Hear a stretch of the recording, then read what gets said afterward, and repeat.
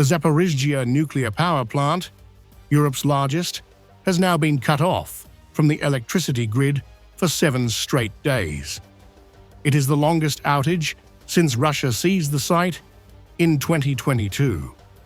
The facility produces no electricity but relies on external power to cool its 6 reactors and prevent a meltdown.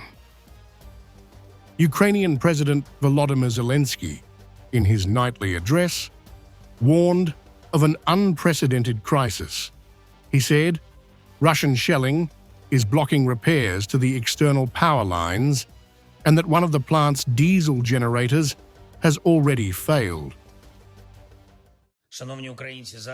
It's already the 7th day, and earlier, by the way, there has never been such a situation, an emergency at the Zaporizhzhia nuclear power plant. The situation is critical. Because of Russian shelling, the plant has been cut off from power, from the electricity grid, and is being supplied with electricity from diesel generators. This is extraordinary. The generators and the plant were not designed for this and have never operated in such a mode for so long. And already we have information that one of the generators has failed. And it is precisely the Russians, through their shelling, who are preventing the repair of the power lines to the plant and the restoration of basic safety. And this is a threat to everyone, absolutely everyone. Never before has any terrorist in the world allowed himself to do with a nuclear power plant what Russia is doing now. And it is right that the world must not remain silent. Zelenskyy called the situation a threat to everyone and urged the international community to act. He instructed Ukraine's energy ministry and foreign ministry to escalate the issue, linking it directly to calls for tougher sanctions on Russia. The head of the International Atomic Energy Agency, Rafael Grossi, confirmed the plant is surviving only on diesel generators, its last line of defense. He said there is no immediate danger as long as generators continue to function, but warned this is not sustainable.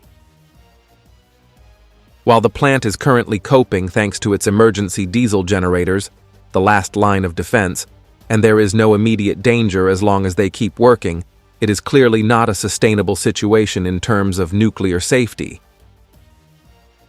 Speaking later in Moscow at the World Nuclear Week Forum, Grossi compared the risks around Zaporizhzhia to dangerous provocation. He warned that even drone activity near the facility could trigger disaster. If you don't have direct shelling of the plant, well, there are drones that come. It's like, poking the bear or poking the tiger.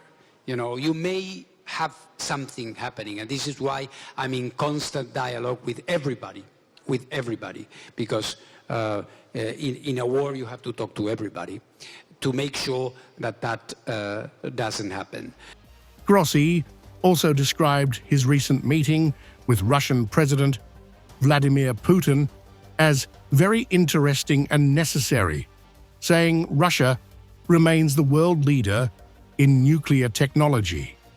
He emphasized the IAEA must engage both Moscow and Kyiv to prevent catastrophe. Meeting with the president was, I would say, very interesting, but most of all, necessary for me, because of what I just told you. Russia, when we talk about nuclear energy, Russia is a world leader in this area. Rosatom is the company that is exporting more reactors in the world. This could change, but at the moment, they are number one. And of course, I talked all the time with Mr. Ligachov, and he's in Bangladesh, he is in Egypt, he's in Turkey, so obviously a global player. So talking to the president is very important. But talking to the president is also very important because Russia is one of the 5 permanent members of the Security Council, because Russia is one of those countries that have in their power the decision of the peace in the world or otherwise. So getting his insights on these things, getting his support for what the IAEA is trying to do is indispensable. The Zaporizhzhia plant has been disconnected from the grid 10 times since Russia's invasion, but never for this long. With one generator already out of service, both sides blame each other for shelling that prevents repairs. For now, Europe's largest nuclear facility remains on emergency life support.